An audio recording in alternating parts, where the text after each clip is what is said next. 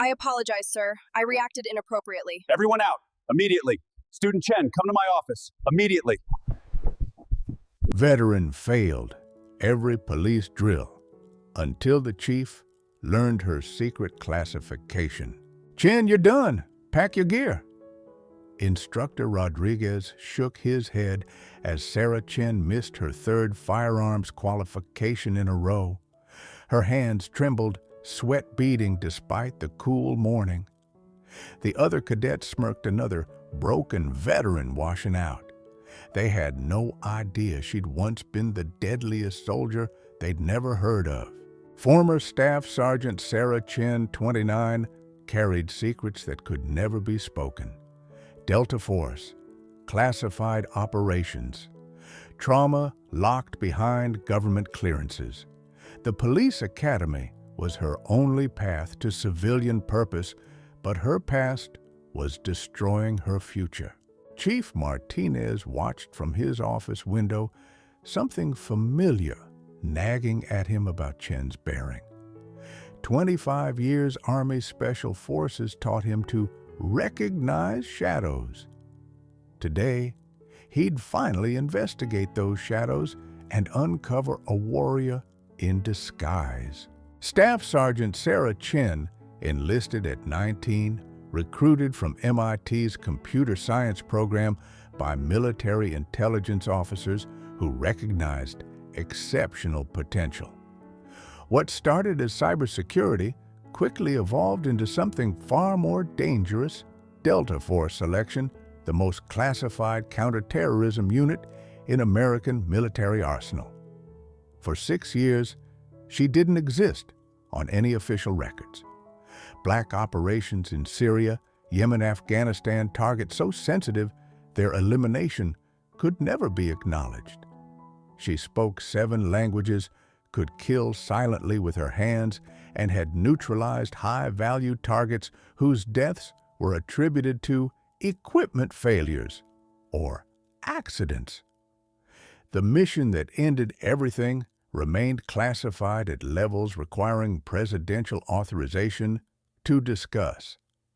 18 months ago, she'd completed her final operation and been medically discharged with a cover story about administrative duties and routine service completion. The nightmares, flashbacks, and hypervigilance were real, but their true source could never be revealed. Riverside Police Academy had become Sarah's personal hell. Firearms training triggered combat flashbacks that made her hands shake uncontrollably. Tactical scenarios reminded her of classified operations where one mistake meant death. Driving courses became Vietnam-style convoy nightmares where every corner might hide an IED.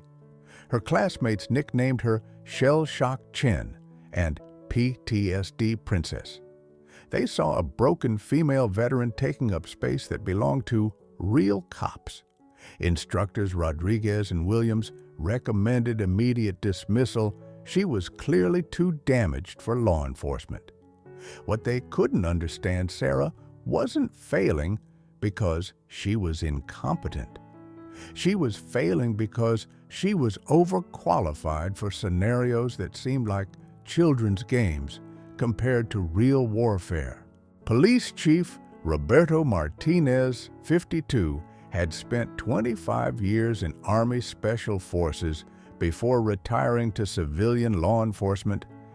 He'd worked alongside classified units whose operators he could never identify or acknowledge.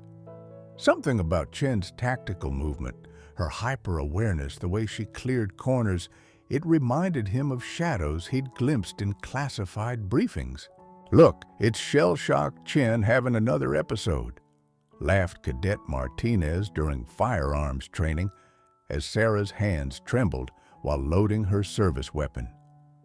The Glock felt foreign after years with customized weapons whose specifications remained classified. Maybe she should try the Mall Security Academy instead, added Cadet Thompson, whose own military service consisted of 4 years filing paperwork in Germany. This job requires actual courage. Sarah closed her eyes, fighting flashbacks of a Damascus rooftop where she'd eliminated 3 targets with precision shots while under sniper fire. The memory made her hands shake worse, not from fear, but from the weight of actions she could never discuss. "Chen, you're holding up the entire class," barked Instructor Rodriguez. "Either qualify or quit. We don't have time for broken soldiers." The words hit harder than enemy bullets. In Delta Force, she'd been called Ghost, invisible, lethal, irreplaceable. Here, she was just another damaged veteran whose service record listed administrative specialist and routine duties, because the truth required security clearances her instructors would never possess. "Yes, sir." Sarah whispered the same response she'd given commanding officers before infiltrating terrorist compounds that officially never existed. The hostage rescue simulation should have been simple compared to her classified experience, but civilian rules of engagement triggered massive psychological conflicts. Sarah hesitated at every decision point, her mind calculating variables her classmates couldn't comprehend. "Chen, what the hell are you doing?" Instructor Williams screamed as she froze during building clearance. "The hostage is bleeding out while you play tactical patty cake." What Sarah couldn't explain, she was analyzing 17 different entry points, calculating probability matrices for collateral damage and fighting muscle memory, trained for lethal force against targets whose elimination was never questioned. Police work required restraint she'd been conditioned to abandon. Cadet Foster shook his head in disgust.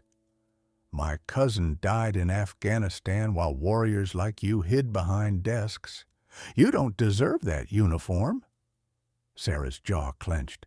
Foster's cousin had died in a convoy attack she'd prevented by eliminating the IED cell 3 days earlier. But that operation existed only in files requiring congressional oversight to access. The final straw came during defensive tactics training. Instructor Williams grabbed Sarah from behind to demonstrate restraint techniques, triggering a classified memory. She couldn't suppress a Yemeni safe house enemy combatant's close quarters combat where hesitation meant death. Sarah's body responded with Delta Force conditioning. In 2.3 seconds, Williams was on the ground, his arm twisted at an angle that would have snapped bones if she hadn't controlled the pressure at the last instant. The gymnasium fell silent. 30 cadets stared at the instructor who'd been neutralized by the weakest member of their class with efficiency that defied explanation. "What the fuck was that?" Williams gasped, struggling to his feet with obvious pain. Sarah stood at attention, her bearing suddenly different, predatory, controlled, dangerous. "I'm sorry, sir. I reacted inappropriately." But her eyes held no apology. For the first time in months, Sarah Chen looked like what she really was, a weapon disguised as a failure. Chief Martinez had been watching from the observation deck. Now he was moving toward the gymnasium with purpose recognition finally clicking into place. Chief Martinez descended to the gymnasium floor with the measured pace of someone accustomed to classified briefings and need-to-know conversations. 25 years in Special Forces had taught him to recognize operators whose existence was compartmentalized beyond normal military channels. "Everyone out. Now." His command voice emptied the gymnasium in 30 seconds, leaving only Sarah standing at rigid attention in the center of the mat, where she'd just demonstrated capabilities that contradicted her official service record. "Cadet Chen, my office, immediately." Martinez's office was a museum of military service, special forces tabs, ranger badges, combat deployments across 3 decades. Sarah entered and automatically assumed parade rest, her posture betraying training that went far beyond basic military instruction. At ease, soldier. Martinez closed the door and activated the white noise generator he'd installed for sensitive conversations. I'm going to ask you direct questions, and I want direct answers within the bounds of whatever classification levels you're bound by. Understood? Yes, sir. Your service record lists administrative duties and routine assignments. Your tactical movement suggests otherwise. Your restraint techniques just put a seasoned instructor on the ground in under 3 seconds. Explain. Sarah's eyes remained fixed on the wall behind Martinez's head. Sir, I cannot discuss specifics of my military service without proper clearances and need to know authorization. Martinez opened his desk drawer and retrieved a folder marked with classification stamps Sarah recognized. I have need to know, soldier. Now talk. Sarah's composure cracked for the first time in 18 months. Seeing actual classified documentation with her real operational designations broke through psychological barriers she'd maintained since discharge. Sir, I served 6 years with the 1st Special Forces Operational Detachment Delta. Counterterrorism operations across 7 countries. 43 confirmed eliminations of high-value targets. Specialized in deep cover infiltration and targeted assassination of individuals whose deaths required plausible deniability. Martinez leaned back in his chair, pieces falling into place. Operational designation, Ghost 7 Alpha. Combat efficiency rating classified at presidential daily brief levels. Your final operation. Sarah's hands began trembling again, but now Martinez understood it wasn't weakness. It was the weight of classified trauma no therapist could ever address because acknowledging its source would violate national security protocols. Sana'a, Yemen, eliminated a terrorist cell planning domestic attacks on American soil. Operation concluded successfully, but she paused, fighting memories that could never be shared with anyone lacking appropriate clearances. But you saw things that can't be processed through normal PTSD channels because discussing them would compromise ongoing operations. Yes, sir. The nightmares, flashbacks, hypervigilance, they're all real. But their source is classified at levels requiring congressional oversight to discuss. Civilian therapy is impossible. Martinez stood and walked to a safe hidden behind his military photographs. Inside were documents and contact information for a network most police chiefs would never access. Former special operations personnel who transitioned to civilian law enforcement. Chen, you're not the first operator to struggle with this transition. The Psychological Warfare Unit at Bragg developed protocols for classified trauma management. I'm making some calls. He dialed a number from memory. Colonel Stevens, Chief Martinez in Riverside. I have a former Delta operator experiencing classification-related adjustment issues. We need immediate intervention. The conversation continued in code phrases Sarah recognized from her operational days. Martinez was activating support networks that existed specifically for soldiers whose service could never be acknowledged through normal veteran affairs channels. Help is coming, soldier. Dr. Patricia Wells from Walter Reed's Classified Trauma Unit will be here tomorrow. She has the clearances to actually address what you experienced. For the first time in 18 months, Sarah felt like someone understood the weight she carried. Not just the trauma, but the isolation of bearing secrets that made normal healing impossible. "Sir, what about the academy? I'm failing every qualification." Martinez smiled grimly. "Chen, you're not failing. You're just operating at the wrong classification level. Time to fix that." Dr. Patricia Wells arrived at Riverside Police Academy the next morning in an unmarked government vehicle carrying credentials that made grown men nervous. Her security clearance exceeded most generals, and her specialty was treating psychological trauma that officially didn't exist. Chief Martinez had transformed the Academy's conference room into a sensitive compartmented information facility SCIF overnight, complete with signal blocking and recording prevention measures that indicated this conversation would venture into national security territory. Staff Sergeant Chen, Dr. Wells, began using Sarah's real rank for the first time in 18 months. "Your final operation in Yemen has been declassified for therapeutic purposes. We can finally address what actually happened." Sarah's carefully maintained composure shattered. For the first time since discharge, she could speak truthfully about the nightmares that haunted her sleep and the hypervigilance that made civilian life feel like walking through a minefield.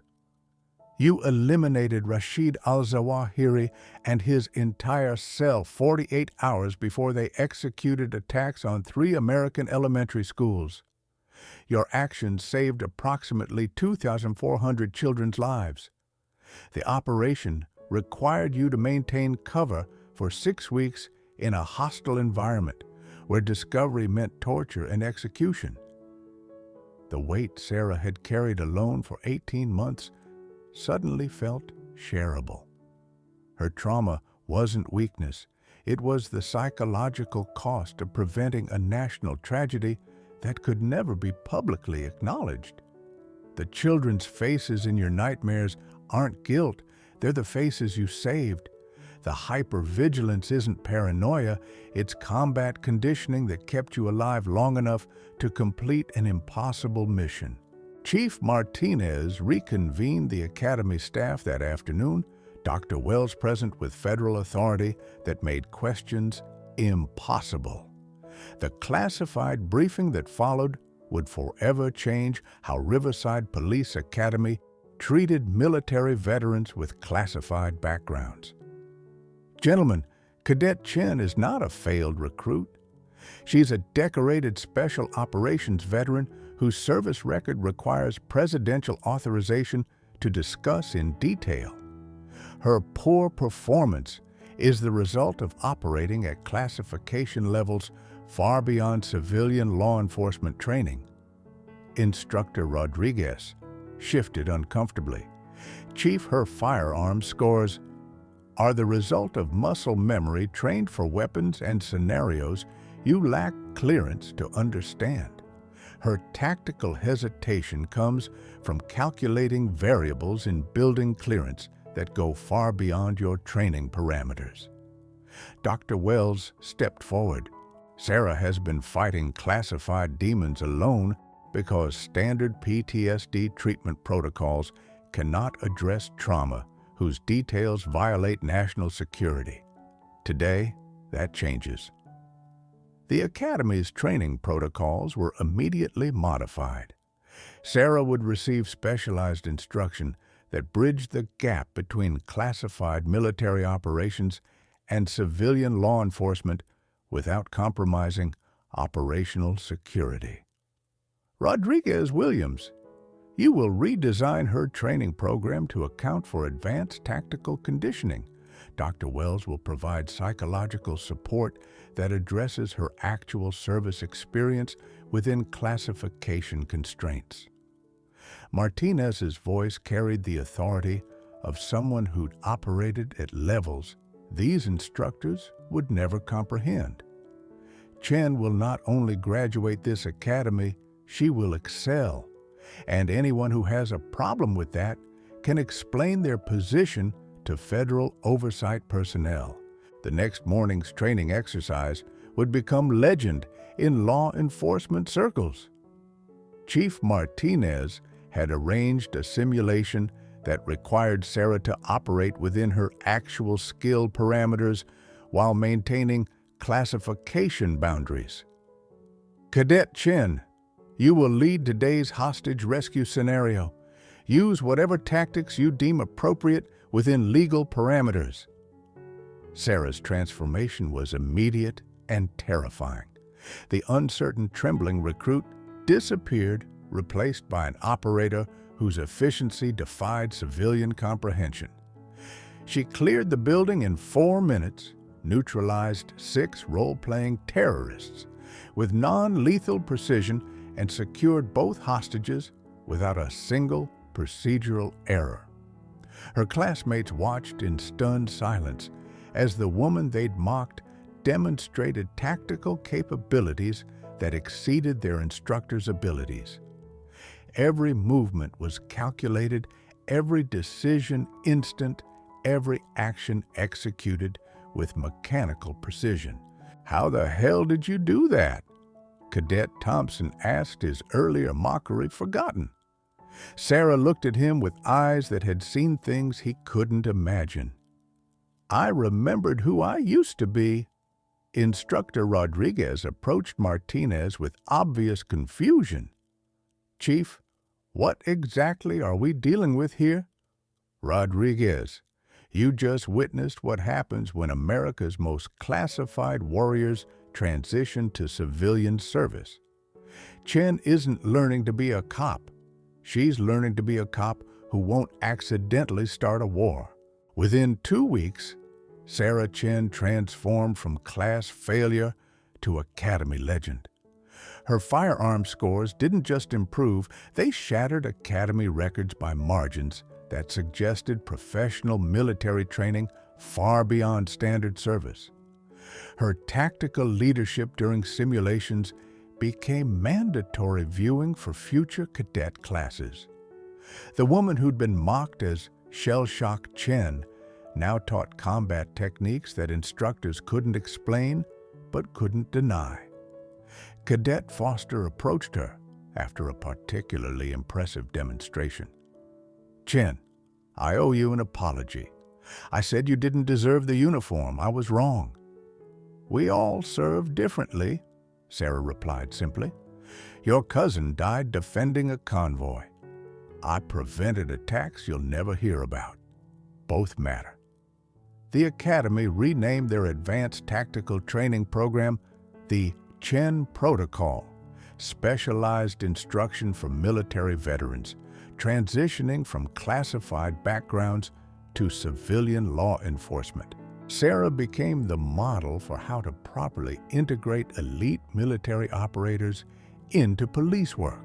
The Department of Homeland Security took notice of Riverside's success with classified veteran integration. Sarah's case became the foundation for a national program helping special operations veterans transition to civilian law enforcement without compromising operational security. Sarah testified before closed congressional sessions about the challenges faced by veterans whose service records couldn't reflect their actual qualifications. Her recommendations led to the Classified Veterans Transition Act, providing psychological support and career placement for operators whose backgrounds required special handling. 23 police departments nationwide implemented Chen Protocol training, creating pathways for Delta Force, Navy SEALs, and other classified operators to contribute their skills to civilian law enforcement while maintaining security clearances. Sarah became a federal consultant helping design training programs that bridge the gap between classified military operations and civilian police work without compromising national security interests. Sarah graduated first in her academy class, earning the Medal of Excellence and immediate promotion to detective specializing in counterterrorism liaison work. Her unique background made her invaluable for federal task force operations requiring both law enforcement authority and classified military experience. Chief Martinez established a support network for classified veterans struggling with similar transitions. Monthly meetings provided fellowship for operators whose service could never be fully acknowledged, but whose contributions to national security deserved recognition within appropriate channels. Sarah's journey from failed recruit to elite detective proved that America's most classified warriors could successfully transition to civilian service when provided proper support and understanding. The nightmares still came sometimes, but now she had people who understood their true source and purpose. Her secret was no longer a burden. It was a strength that made her community safer. The Chen Protocol expanded to federal law enforcement agencies within 18 months. FBI, DEA, ATF, and U.S. Marshal Service developed specialized recruitment programs targeting classified military veterans whose skills transferred directly to high-level civilian law enforcement operations. Police academies nationwide received federal funding for classified veteran integration training. Sarah addressed recruit classes monthly. Some veterans carry secrets that make them seem weak. Those secrets often make them our strongest protectors.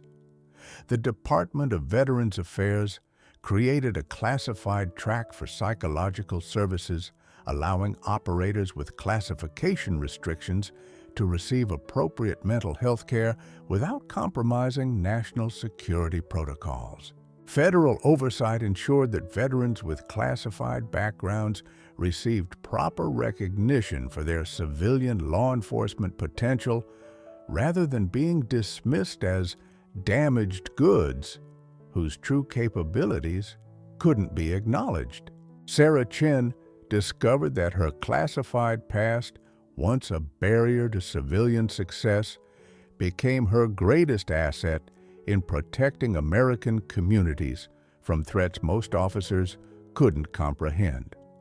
Her detective work specialized in counterterrorism intelligence, human trafficking networks, and organized crime operations that required her unique background to properly investigate and neutralize.